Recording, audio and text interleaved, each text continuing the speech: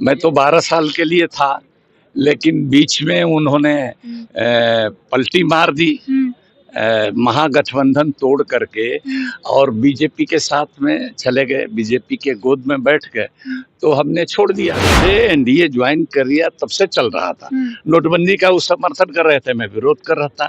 GST का वो समर्थन कर रहे थे, मैं विरोध कर रहा था। सर्जिकल स्ट्राइक के बारे में हमने चेताया कि बीजेपी इसका गलत इस्तेमाल कर रही है, लेकिन उन्होंने कभी हिम्मत नहीं हुई हमको मना करने की। कांग्रेस की राजनीति में बहुत परिवर्तन आया है। 100 साल के इतिहास में कांग्रेस पार्टी पहली बार दलित, पिछड़ा, पसमानदा, अति पिछड़ा, इन सब तबकों पर अब जोर दे रही है। जाति जनगणना की मांग कर रही है। 100 में 80 लोगों को, कुछ चालू पुर्जा लोग जो हैं, जाके सभी पार्टियों में।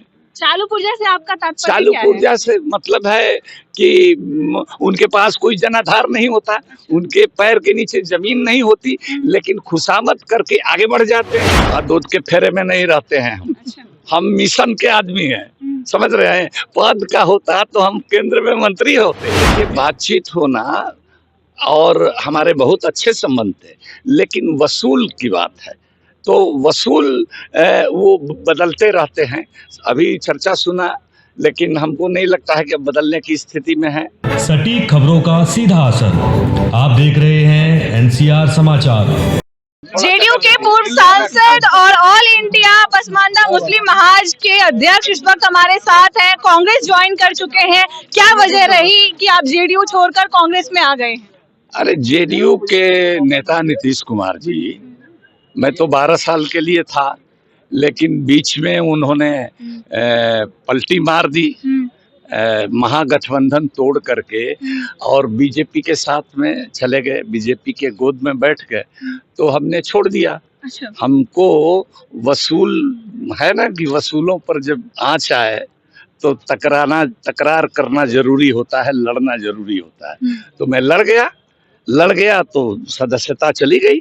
हाँ, तो हम ये मान लें कि पार्टी के साथ कहीं ना कहीं आपका चल रहा था शुरू से ही, जब से उन्होंने नहीं शुरू से नहीं, जब से एनडीए ज्वाइन कर लिया तब से चल रहा था। नोटबंदी का वो समर्थन कर रहे थे, मैं विरोध कर रहा था।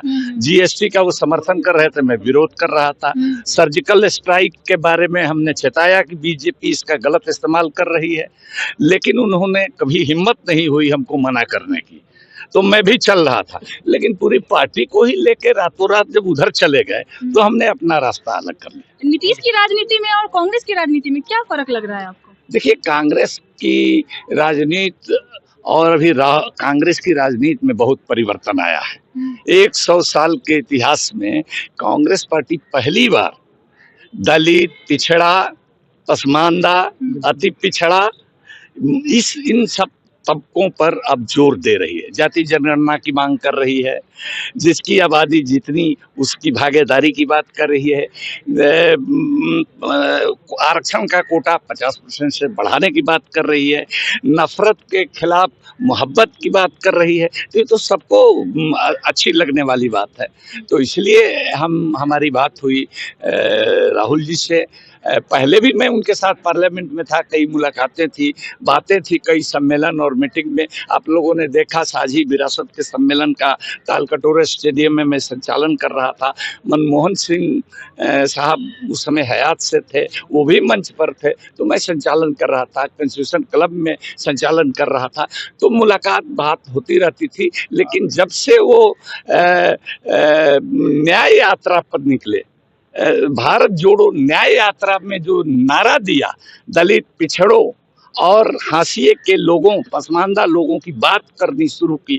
पसमानदा मैंने सब मजहब आ जाता है उसमें, जितने दलित पिछड़े हैं सब लोग आ जाते हैं। तो ये कमेटी बनाने का मकसद क्या था आपका, पसमानदा जिसके आप अध्यक्ष हैं? पसमानदा इसलिए हमने बनाया कि आबादी 100 में 80 लोगों को, कुछ चालू पुर्जा लोग जो हैं, जाके सभी पार्टियों में।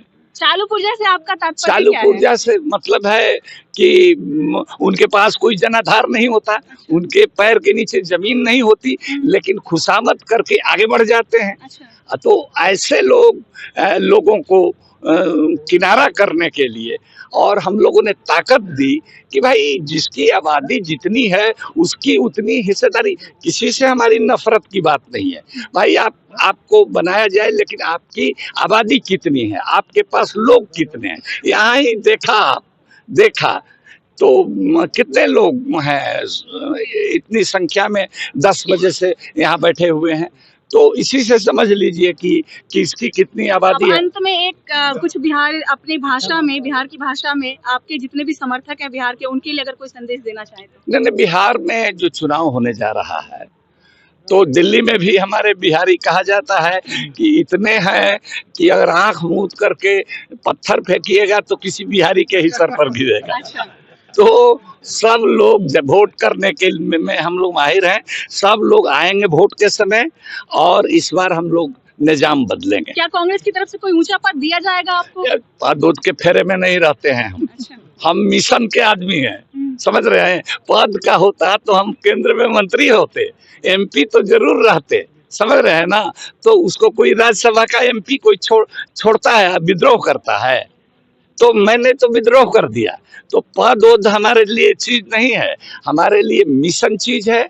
जो पिछड़े हैं, दलित हैं, जो किसी भी मजहब के हैं, उनकी लड़ाई में लड़ता हूँ। उन लोगों को जोड़ने का शब्द है पसमानदा। अगर भविष्य में नीतीश जी से बातचीत अच्छी हो जाए तो दोबारा लौटेंगे क्या उनकी तरफ? देखिए, बातचीत होना और हमारे बहुत अच्छे संबंध थे, लेकिन वसूल की बात है, तो वसूल वो बदलते रहते हैं। अभी चर्चा सुना, लेकिन हमको नहीं लगता है कि अब बदलने की स्थिति में है। चलिए, बहुत बहुत धन्यवाद। अभी आपने सुना अली अजहर अंसारी जी को, जो पूर्व राज्यसभा सांसद भी रह चुके हैं और JDU से, और साथ ही साथ ऑल इंडिया मुस्लिम पसमानदा महाज के अध्यक्ष हैं, और इस वक्त उन्होंने कांग्रेस ज्वाइन की है। और उनका यही कहना है कि अब चाहे बातचीत कैसी भी हो जाए, लेकिन भविष्य में वो कभी भी अब नीतीश की तरफ लौट कर नहीं जाएंगे। खैर, बने रहे हमारे चैनल NCR समाचार पर। मैं आपके साथ नमिता चौहान।